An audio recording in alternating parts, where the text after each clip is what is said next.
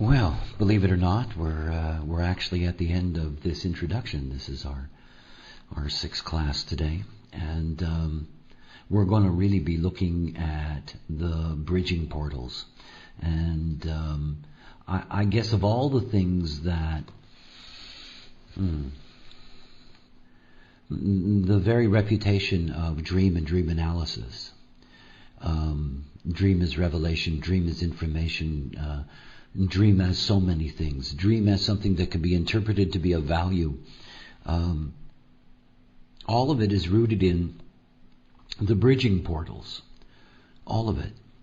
And the bridging portals in and of themselves are very unusual. In any look at the design of forms, that is looking at the various forms and their designs, that all of the lower forms, that is all of the forms other than human, that all of the lower forms have what are called bridging gates. That is, they are known as cross-special gates. So, for example, when we are looking at the mammal and looking at mammalian design, the mammal has more cross-special gates than any other form. All other forms are limited to a single cross-special connection or potential. It's one of the things, for example, that I talked a lot about when we were looking at the rise of bird flu in the world, and the fact that we were dealing with the design of birds, and looking at the design of birds, seeing that birds have the potential of the 44th gate, but they don't have the 26th. The 44th gate being their cross-special gate, their bridging portal. And of course opens them up to, in particular, humanity, amongst other things.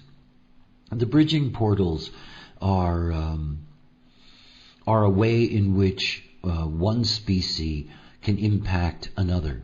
And so in that sense they're quite profound. And when we look at the mammal, with the complexity of the mammal has these three gates. That is the 62nd gate, the 12th gate, and the 19th gate. But they don't have the other side of those three. These are the three bridging gates of the mammal. And it is through these three bridging gates that their relationship is established with humanity.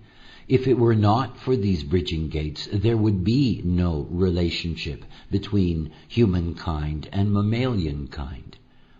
I mean, it is something really to grasp. And the way in which mammals connect to humans is that in one way they try to connect to the human mind. So they have the potential of the 62, but they have no neocortex, they have no ajna center.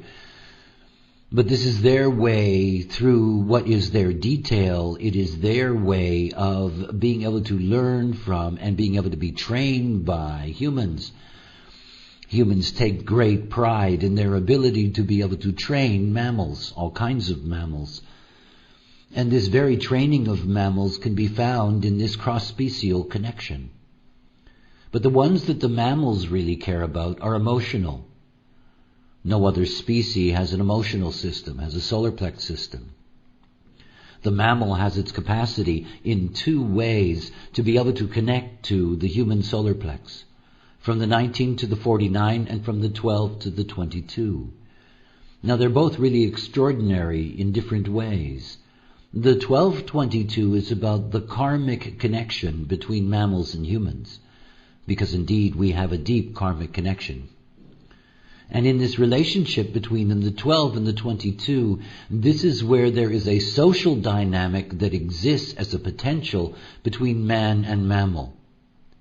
You know, I've often speculated on that moment in quite ancient history when humans had to make some kind of bargain with dogs. Wild dogs hunting in packs, similar taste in food, similar body mass, very successful carnivores. They managed to spread all over the planet. And at some point, some kind of bargain had to be struck. That bargain, that 12-22, that is where the bargain was struck. This is the ability of humans to reach out their hand to a mammal and embrace them as a relationship. And of course we as even modern humans understand that. So many human beings have mammalian pets of one kind or another. The fact is that this is where that bridge exists. And then there is the 1949. And perhaps this is the most profound connection that exists between mammals and humans. It is one of, when you think of the tribe, you can never escape the bargain. The bargain that lies inherently in the 4037. And of course the 1949 being very much a part of that stream. This incredible bargain that humans made with certain mammals, not all mammals, but certain mammals, mostly herbivores. And the bargain was, we will protect you from predators. We will give you a secure territory. We will ensure that you have enough food to eat, and then we will sacrifice you as we see fit. That was the bargain. And the bargain is struck through the 1949. There is a Channel 88 course of mine about the transformation that will take place when the 1949 no longer functions as a channel, and what that will mean for our relationship with mammals in terms of our ability to maintain the food chain and our ability to maintain this incredible distorted supply of mammalian sacrifice we need to maintain our lives. I have no idea how long that will last. But anyway, that is a very strange cross-special connection. From the mammalian point of view, in terms of the herbivores, it's not so bad, by the way. It's one of the best deals they ever got in nature. That is, if you see them on the savannah where they are not protected, you understand how often and devastating their lives are insecure. It is one of the things that humans gave them in this bargain, is that security and peacefulness, that they are not threatened. However, obviously, there's a price that they pay for that. Okay, so let's now move from these bridging portals as we understand them from the perspective of the relationship between the mammal and the human, and let's see them within the context of the dream rave. And within the context of the dream rave, they are something else. How shall I put this? If you're a politician, you usually have a personal spokesperson.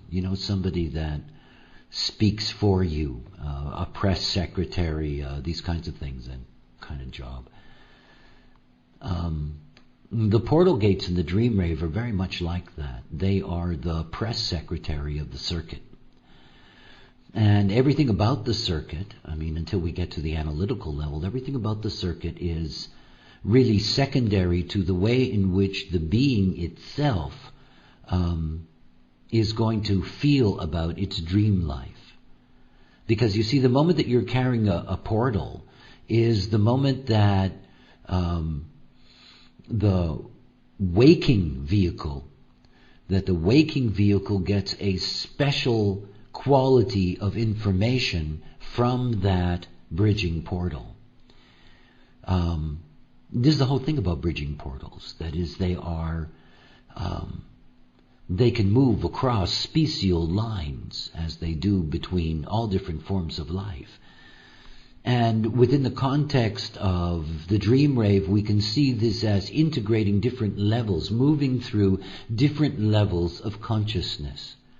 If we talk about all the other gates that are here in the light field, the 20, the 57, the 8, the 1, if we look at them, the fact is that the interpretation or the translation of what's actually happening to them in terms of how they're being programmed in the sleeping state never gets through clearly, because of course this has to be translated through all of the chemical reactions that ultimately will be part of the waking brain, and what it remembers of it and how it remembers it, all of which is initiated after the point.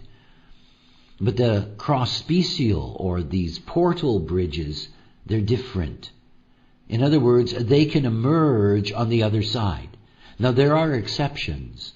And there are exceptions because this will have to do with whether that 62 is something that is part of the solar fixation, that is, if it's part of the solar personality, or whether it is the lunar unconscious. And if it's the lunar unconscious, It is not as easily available on the surface and is something that would have to be interpreted through analysis. However, it does have a way of getting to the surface directly, if I can put it that way. You wake up with it. You notice that there is this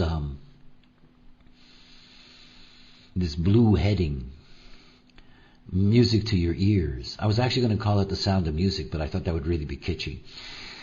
So music to your ears, I guess we'll have to do.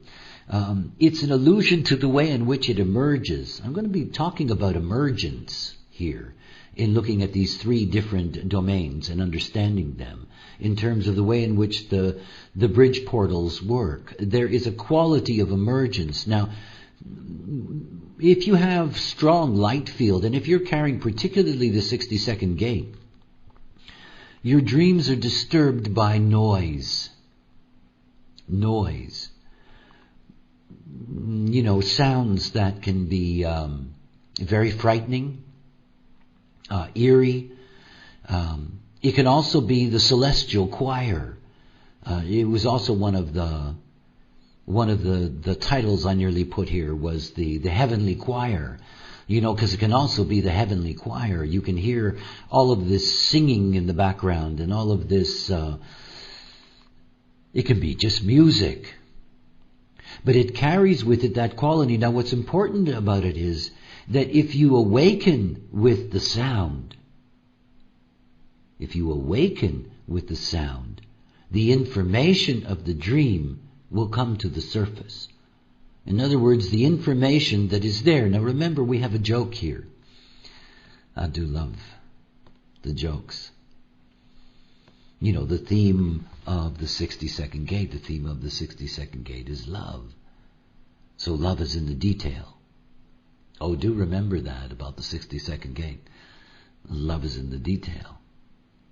So one of the things about this is that what is available here and keyed to the sound is detail. Real detail, not dream detail, not distorted information, but real data. I mean, real in the context of the Maya and all of its illusions and everything else, but within that context, information that is usable rather than information that may be fantastic or different or whatever the case may be. It is tuned by the sound or the music. Now, one of the interesting things about the light field portal being is that they can wake up in the morning with no sound, with no, music in their ear, no choir in the background. They simply wake up as they would wake up normally. And yet in the course of their day, at any given time that the right frequency is heard, the detail will suddenly emerge. As a matter of fact, it may not even emerge as, I got that from a dream. It may simply just emerge. And all of it cued to a specific frequency. It's like this, it was a terrible remake. I don't know if you saw it, Manchurian Candidate. But these people that are put under, very, very deep hypnotic states in which they are given, certain signals to react to in order to get them to do certain things. Frequency is one of those things. You hit a certain note, or you hit a certain, series of notes, and suddenly there is, something to do, whatever the case may be. It is a program, and it is tuned to the sound, and the sound will bring out the detail. Now that is something interesting. And not only is the 62 acting on its own, in a sense, but of course it is the press secretary of the circuit. And it will take with it anything that is there that has been processed in the circuit in order to bring out whatever detail is necessary. Now, by the way, this does not have to be spectacular in any way. It can be incredibly mundane. I mean, incredibly mundane. You know, it's something to grasp. It isn't about... it happens so often to people. I mean, you know, that they don't even know that it's the byproduct of a dream. And suddenly they've got certain details and they're, you know, it just clicks for them. And because the 60-second gate is a gate that is collective and it is logical, that it is always associated with the potential of seeing into the future, so to speak. So to speak. And of course, none of those views can ever be correct, in the sense that they can never be 100% accurate in any way. But elements of every future can always be seen. That is, it's possible. And it is something, well, that's music to this dreamer's ear. Anyone who carries light field activations, it is the sounds in the dream that are really something. It's not about the events that are taking place, though obviously when you have a gate like the 20th gate, you know, the events, what one can see is always interesting, after all.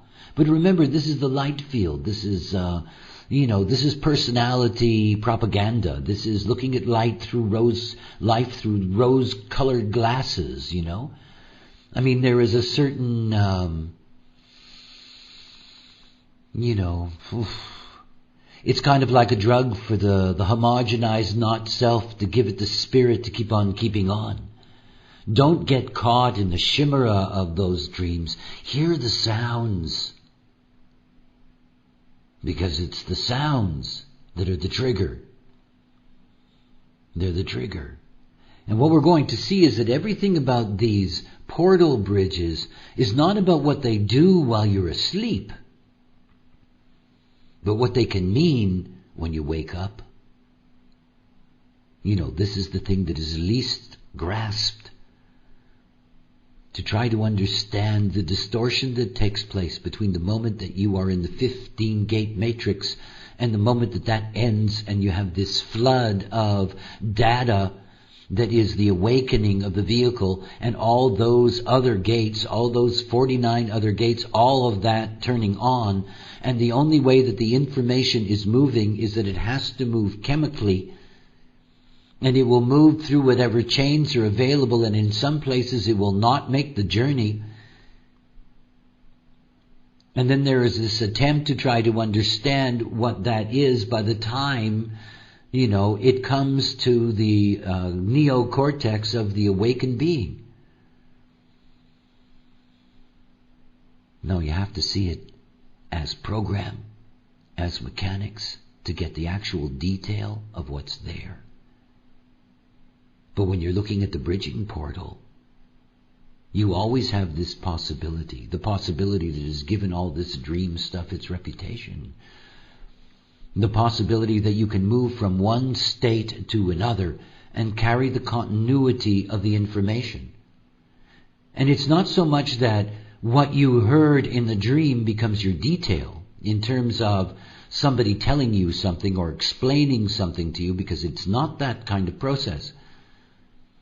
It is literally that you're given a signal, a frequency signal.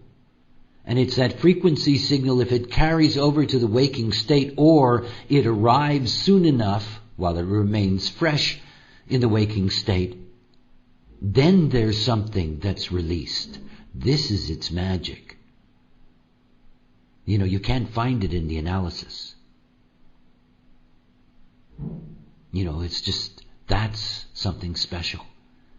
And of course, this is where dream and dream analysis and dream interpretation, this is where it takes off and tries to turn this into some kind of a methodology. It's also, those beings who feel like dreams have to be personalized in order to be of value. Only portal gates are personal in that sense because they cross the dimensions. The rest of it is not personal. Can't be understood that way. But the moment that you stop trying to look at it personally, you then get to see what is your connection to it, which is very personal and much more profound.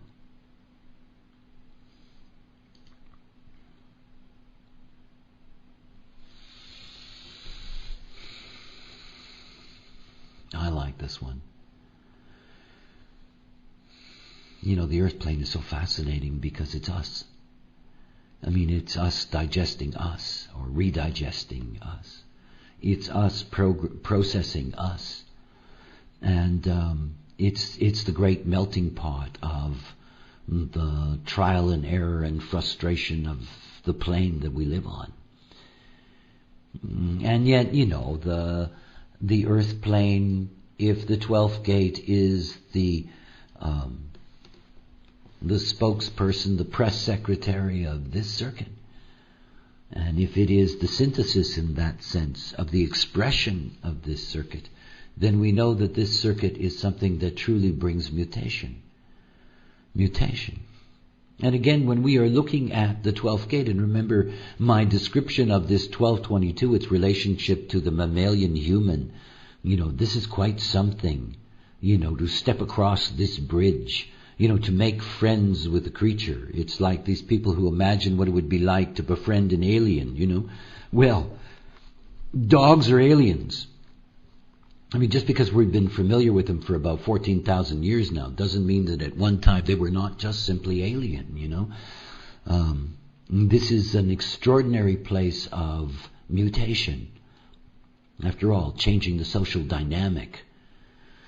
And one of the aspects of the earth plane, this bridge portal, the way in which this bridge portal works is that you wake up with a solution. I mean, you just wake up with a solution. And it doesn't mean that you were dreaming about the solution. It doesn't. It doesn't mean you even remember if you were dreaming. It doesn't. You just wake up with the solution. That solution, by the way, is distilled from the homogenized earth plane program, where all kinds of things are being decided all the time. And in the neutrino ocean, the sleeper is programming it. In a sense, looking for its solution. And when its solution comes by, it wakes up with an answer. I've got it. There are some people who are famous for that. You know? Wake up and you have it. I mean, I know that. It's part of my dream rave. You know, I go to sleep without thinking about it. Have no memory whatsoever of a dream. And wake up with a realization for something.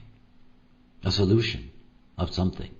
Now, by the way, as I said, it can be horrendously mundane. Because it's not about whether it's spectacular or not.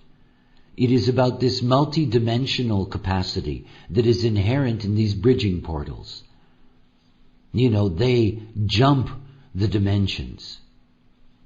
They don't go through this long process, what in fact in neurological time is a long process. By the time the strands of the chemistry that are the byproduct of the programming of the sleep state finally make their way into the brain and are processed. This is the magic of the bridging portal. This capacity to jump the dimension. And again, you know, here is that aspect of dreaming that makes it seem so personal. I mean, it does. The bridging portals is what gives us this sense that, you know, dreams are about us. And of course, if you don't have it specifically, if you're not impacted by it by transit, you know, then you assume that your dreams are for you because everybody else says so and they tell you these kinds of dreams. Oh, I woke up with this answer, you know. And everything about the information here in the earth plane, you know, all of the various aspects of it, that all of that is the realm of the solution.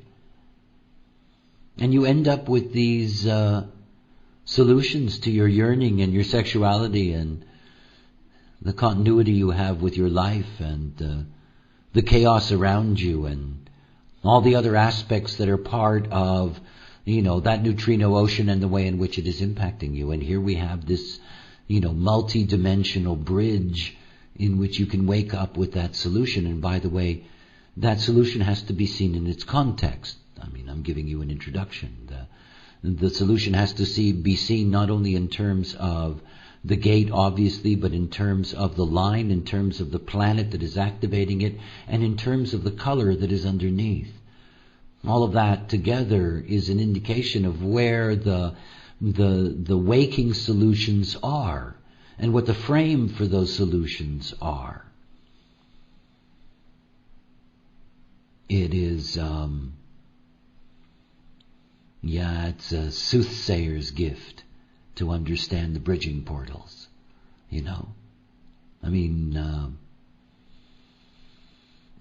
this is being able to live in two dimensions, sort of. Being able to commute back and forth.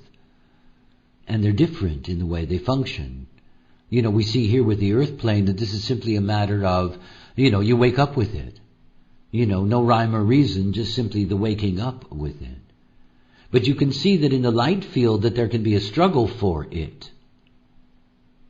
If you don't get the frequency, you may not hear it. You may not get the information. It may not come out. There is a conditioning factor. There's no conditioning factor here. There is simply the potential of mutation. But we know the way mutation works. It's a pulse. It's not like you wake up every morning with it. It's a pulse. It's there, it's not. At some point there's a transition. At some point there's the mutation. At some point there is the possibility for this waking solution. And again, the ability to see the frame of it.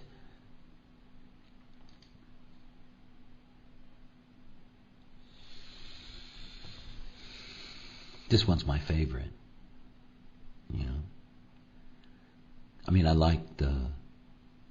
I had a lot of fun, by the way, with these headings. But food for thought is really good. It's really good. It's cute. A great manipulation on a cliche. And of course, I'm talking about the 19th gate and talking about the demon realm and environments. And as we were discussing the demon realm last week, I talked about how deeply connected this is with food.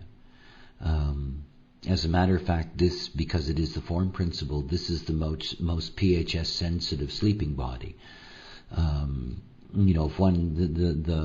the more perfect one's body is in terms of its function and in terms of the way it's being treated, the more vital and the more valuable what the resources that can be gained by the body during sleep. Remember that a byproduct of sleep is the refreshing of the vehicle and preparing the vehicle to enter into its next cycle or the next solar cycle of that day. Food is very much a part of all of this. One of the comments I made before the class began was, the food that you eat, how you eat it, when you eat it, the quality of your digestion, all of these things deeply impact whether you're going to have a restful sleep or not, whether you're going to be easily awakened in your sleep. So much of this is deeply connected with your digestion and deeply connected with food. I also talked about the fact that, the food that you eat will influence literally the quality of your dreams. And it is something, most demon realm beings operate with homogenized stomachs, that is, operate with homogenized digestive systems. And so the lowest common denominator of this dream realm is available. But when the body is operating correctly, and particularly the PHS, so that the digestion is stable and correct, this entirely changes the quality of the dream state. But more important, when we're dealing with this 19th gate, and we're dealing with this as a bridging portal, this is the dreamer that wakes up in the morning, and you wake up in the morning and there is nothing special. It's not like you've had some fantastic dream. It's not like you remember anything necessarily. As a matter of fact, most times you won't remember it. And whenever it is, a half hour, an hour later, you sit down and you have yourself a cup of coffee and something to eat or whatever it is that you like. And the moment you put the food in your mouth and start to chew, and the moment that your stomach starts distributing its early warning chemistry, that's the moment that the information floods back in to your neocortex.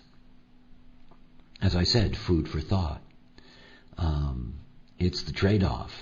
And the actual information, again, we're talking about information that is crossing dimensionally, and this is information that is going to be very much related in that sense to mostly the mundane. Again, most of these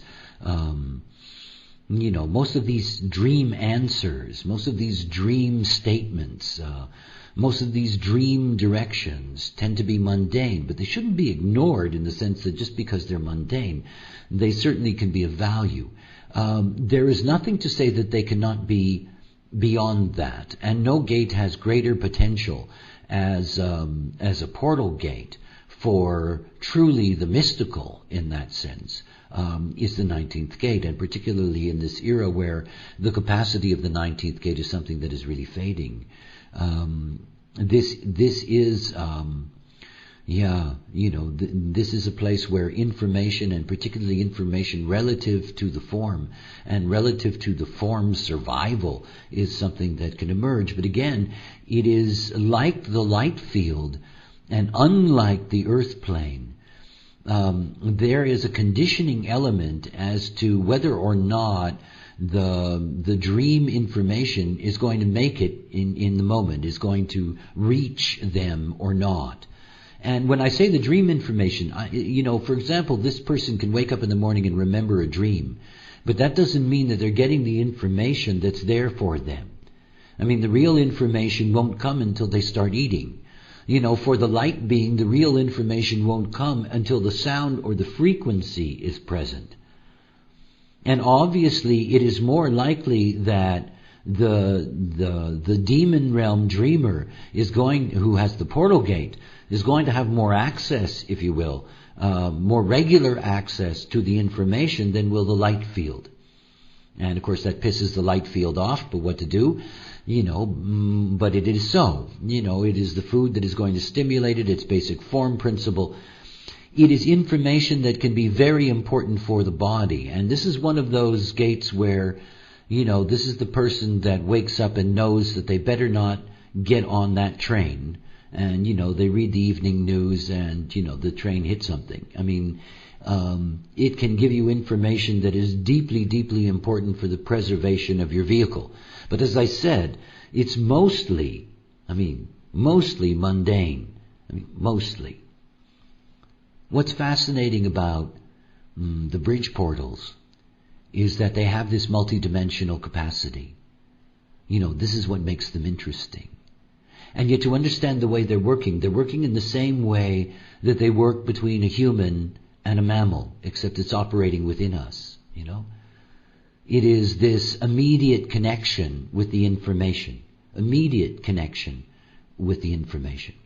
So there is this possibility there in these portals for the kind of, information that people have assumed could be available through dreams. That we know historically that there are examples of each of the way in which these portals operate, the kind of information that they can bring forward.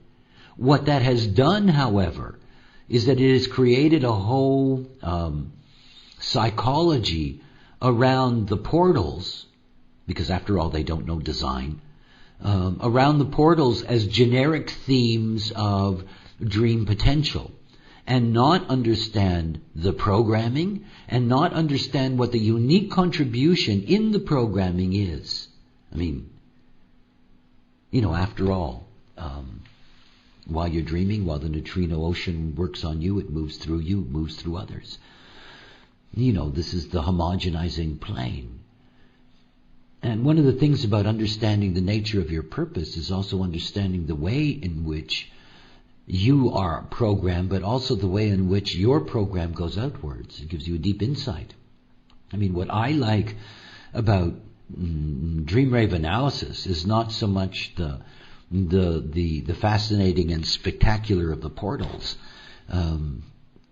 I love looking at the actual activations themselves in order to be able to see a kind of encapsulation of one's purpose. I mean, what we're used for while we sleep. We're used for something. We're not just blindly programmed. It's, this is an interactive neutrino environment. And to see the way we're used in the dream state is to give us an unusual perspective on our transcendent nature. I mean, what is unique about us, and, where is the value, what is the value of that uniqueness? It's very much a part of understanding the activations. But when we come to the portals, you get to the portals and it gets very exciting because you have the kind of thing that, it's the kind of thing that sells these cheap little, dream interpretation paperbacks, and stuff like that. Anyway, I don't want to belabor the point. Correctness. Think about this transition. We have this transition. You lie down, and there is this moment in which sleep comes. And in this moment that sleep comes, what's happening simultaneously is you have the shutdown of these 49 sensor systems, and suddenly you emerge into what is a different programming state, familiar but different. And then you get to the end of that secular process, and you get to the moment of awakening, and in the moment of the awakening, all of that comes back on. And when all of that comes back on, the first thing that it is integrating is all of that information from the night. All of that information from the sleeping process. And it's just simply a natural thing, obviously. The information is there. Once all of the matrix is set, the chemistry is flowing. There is the genetic continuity of the being. The homogenizing of the illusion of separateness that the monopole does. The information moving through the vehicle, and yet the vehicle's awake. And when the vehicle is awake, it does not have to be subject to conditioning. And it's one of the first things to understand about waking up, is that waking up is a challenge to you to begin your experiment. And I don't care if you've been doing it 5 years, 10 years, 15 years. The old cliche about every day is the first day of the beginning of the rest of your life, which usually makes people quite nauseous if you see it carved on a piece of wood and varnished. But when you understand dream, the dream state, it's actually the only thing worth understanding is that when you wake up, that your first responsibility is to maintain your experiment, because otherwise you're lost in the conditioning. And it is a process of every day. And it is what aligns you in the waking state to your correctness. And when we speak of correctness within this context, let's understand something about the sleeping vehicle. Is that the sleeping vehicle has a regenerative potential. I mean, sleep is intended in one of its many aspects. There is a value of the rest that it brings. But one of the things about the nature of not operating correctly is the misuse of energy. And of course the cost that the misuse of energy brings, having to fight resistance that doesn't have to be there, and so forth and so on. And one of the things to grasp about the waking state is that the only way that one can maintain one's correctness is that, you have to follow that strategy and authority, the decision-making process, from the moment you awaken until the moment you lie down. In that way, whatever the dream programming is, that this is not something that is conditioning you. You are a vehicle of it. It moves through you as everything else. but it does not have to have a hold on you. It does not become part of the layers and layers and layers of homogenization. And you can only break with that by operating correctly in the awakened state. The other thing is how you go to sleep. I mean, how important that is to grasp. Generators go to sleep when they're exhausted. They go to sleep when they are ready to go to sleep. No sooner, no later. And if you're not a generator, then going to sleep is a stage-by-stage process. The need to get into a horizontal position before sleep, the need to acclimatize oneself, in a sense, to that position before one sleeps. Going to sleep correctly, going to sleep in your own aura. All of this is setting you into a stage where when you do enter into the dream state, then what you can take from that is what is of value to you or not. Period. But you don't have to be blindly controlled by it. It's very powerful the way in which this operates on the not-self. And the preoccupation that the not-self has with their dream life. And the confusion that is a part of all of that. It's not like everybody is carrying portal gates. I mean, we all get the potential of these experiences. The program has its way of, moving things through the wheel.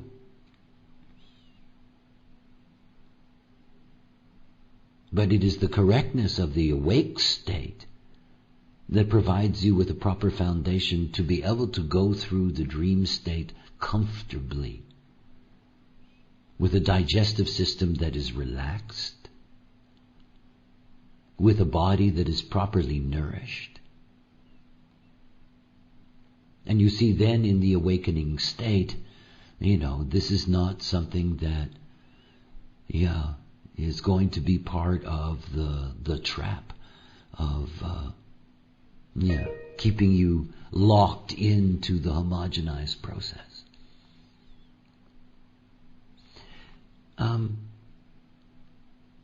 It is our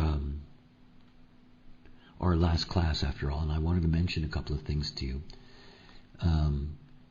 In the next semester, I think starting 3 weeks into the semester, because there's a couple of other things scheduled beforehand, there will be a 6-week analytical course that I will do. And the course will only be open to those of you that have taken this course. It will also, the beginning of that course, the very first day of that course, you will be able to download the software, which is in the process now.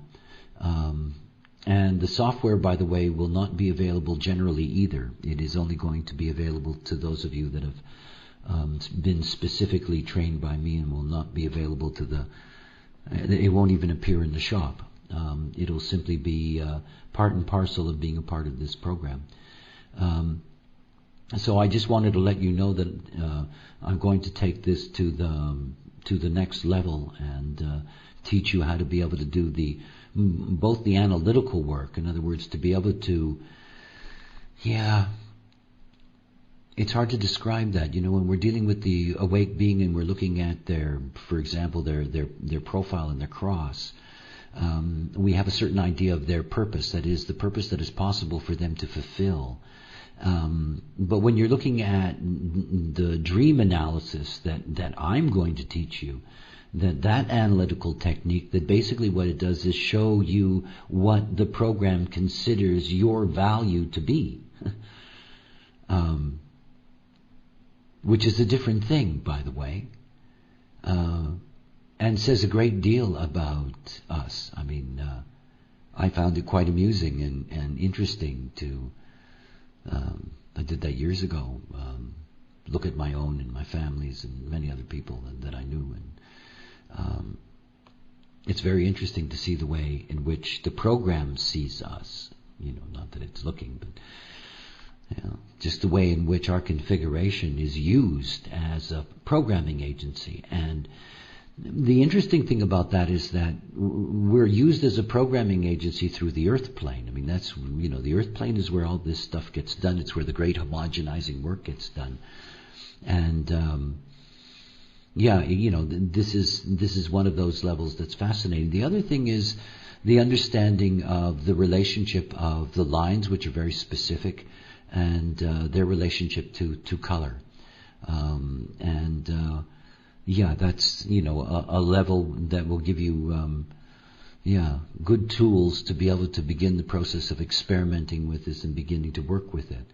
My other goal for this program, because at some level it will be ongoing, I would eventually like to create some kind of dream rave clinic where we can eventually start offering dream rave overview analysis, because it's one of the things I want to teach you, because it's the most useful thing, is to just be able to see on the surface what the client will appreciate and need to know from their dream design, in order to be able to build up an environment where we can start doing research, and to begin to get a bedrock of both experiential and experimental information, so that we can begin to catalog these things.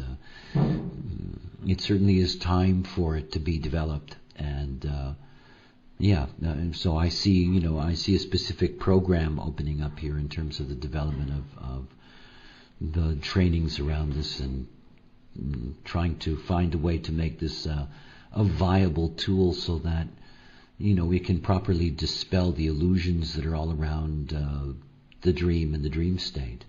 I think it's particularly healthy for human design people. I think that with their basic understanding and with the proper perspective, I think that it can enrich their own understanding of themselves. I mean, after all, my real goal in teaching Dream Rave is to show you what the program thinks of you. I mean, it's really the goal. I think that's very special, to see the way in which we are.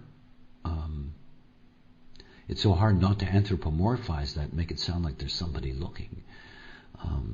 There really isn't, but it is a way of understanding what our specific value is relative to the whole. And this is one of the things that I talk about and teach about uniqueness, to try to get people to understand their specialness, what it means to be unique. It is a unique contribution. There is no other contribution. There is nothing else like you. Never will be. Never can be anything else like you. And being able to see the way in which your uniqueness is valued, the potential of it. And that's something that you can only see in the dream rave. And so, it's another building block to the dynamic of self-love.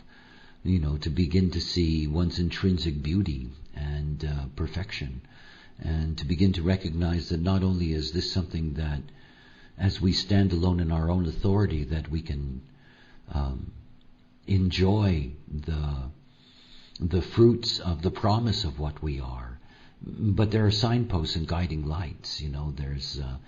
There is the way in which the light, the way the light tells you what the light expects of you, where the darkness tells you what the darkness expects from you. I mean, to look at somebody's dream rave in this way is, it's absolutely spectacular. Anyway, I still have a few minutes, so if you have any questions, I still have some time. I'd be happy to answer them. Comments, questions, whatever. Yeah, right. I just wanted to ask if the accurate birth time is very important for this analysis. Oh yeah, I mean, see, when I first started to introduce this, I really didn't have any time to do this. And I basically just did a couple of lectures and gave the material to somebody else, and it was never really taught. It was never really expressed in the way it was intended to be. The way that I understand it, you have to be able to work with color ultimately in order to be able to do the analysis and understand it. And you can't do that without relatively accurate time. I don't think there's anything in human design that works without really good time. The moment you go below the surface, the time has to be there. So, yeah, the more accurate the time, the better, as always. A question about the influence of the transit field. For example, it seems to me, if I recall correctly, you spoke once about having Pluto in the 19 for a long time. What would a transit like that do to one's dream ray? Well, it influences all of them. I mean, basically, it is a key factor. I mean, it's one of the instruments of the program is that how effective it is as it works on us while we're asleep. Now, again, it's not individual, so because I've been asked many times about, what's the influence of the transiting field on the dream rave, and I sort of say, well, because I don't want people to get into trying to understand it as the kind of conditioning you experience when you're awake or with somebody else, because it's much more generalized programming influence. When it does impact the portal gate, though, it's deeply significant. Like now, any time that you have any portal gate being activated, there's always significance, because of course it's creating a background frequency for the way in which information can move. And usually when it's that kind of a transit, there tends to be not so much that you wake up with information or you eat something and you get information. It doesn't work that way. It tends to work more deeply at the deep unconscious level. A theme that is suddenly present, but not everybody is necessarily conscious of it. But boy, if it comes to the surface, do they recognize that it's been there? If you see what I mean. Okay, Elfrida, horizontal.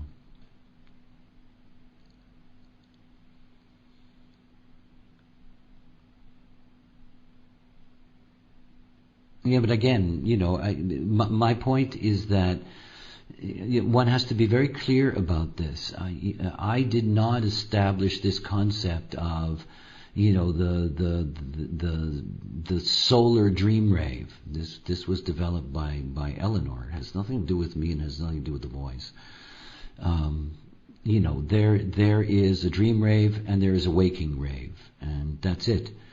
And in order to have a dream rave, you have to be unconscious, and that's it. And I'm sorry that there is all this confusion. These are things that happen, when people run off on their own track. But this is not what I was told. This is not the way that it works. Back in rave cosmology, a couple of semesters ago, we had a small discussion about the astral body. Is there such a thing as an astral body? Yeah, I remember that vaguely, but it wasn't astral body. I was talking about the astral plane. And the astral plane is what here in analysis we call the earth plane. And no, there is not in that sense an astral body, but there certainly is. Everything that anyone's ever described about the astral plane is certainly something that is alive and well on the earth plane. The characters and circumstances that are all so familiar to people who talk about astral plane experience, these are beings that are going to have strong earth plane activations. I don't know if anyone else covered this in one of the P-classes, but what about lucid dreaming, i.e. where you can go lucid in the dream and change the events, because that doesn't happen. How does that fit in or not? Yeah, for me a dream is a dream is a dream is a dream. Whether it's a lucid dream or not, I have had dreams where I'm very aware of the fact that I'm awake and I have been in charge of the situation. I give one of those stories I don't know, in one of these classes where I had this wonderful dream that I was in San Francisco and there is my dead father and my dead dog and they're calling to me. And in the dream I say to them, hey guys, you're dead and I don't want to play this game. It's still a dream. And the one thing that I have learned so deeply about dream analysis is that if I get caught up in that story, I get caught up in a homogenized process, because that's just the way in which the program operates. I wake up with that information. I think that the thing that one has to be very clear about is that there's a waking state and there is a dream state, or a sleeping state. And to be very clear that the values of the information of the dream state is mostly obscure. It is mostly obscure. It is not intended to be personal. And as I said, it is the portal gates that create this illusion that there is this personal dimension in the way in which the programming is operating. In other words, for me, regardless of the experience of that dream I may have had, to awaken in the morning and to contemplate that dream, why were they there? They're dead. I'm alive. Were they calling me to die? Blah, blah, blah, go into all of this shit and whatever else, Freudian, Jungian, boo-boo baba. That's not what it's about. But that is certainly the way the program keeps us entertained and, quite frankly, in the dark. They're in a trance, Elfrida. What can I tell you? They're not asleep. You can give me every kind of, I've been in so many different kinds of states. But sleep is sleep. Sleep is sleep. Sleep is sleep, and at the same time the researchers have revealed that there are REM states and non-active states, referring to the alpha and the beta and so forth. Would you care to say anything about that in relation to the dream rave? Well, I think it's very clear that most of the dreams that we have a potential of remembering are REM state. There are many levels. Actually, there's 4 or 5 different levels that they have managed to discern now in terms of different levels of density into the sleeping state and moving back to the surface and the rhythms that go with it. It is. I always come back to the simple, because I don't have any choice. That is, this is the way I am, and this is the way that I was taught. For me, the dilemma is that in approaching understanding the dream state, I'm the most heretical I am in any of the areas that I work in.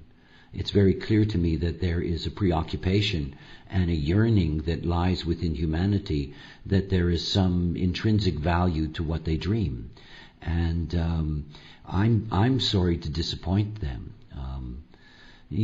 As I said, for me it's clear that we can garner some very beautiful insights into the nature of ourselves, understand our value to the totality, that there are, as in the portal gates, potentials for extraordinary information, which, by the way, is again disconnected to what actually may have been remembered or may have occurred in the dream state itself.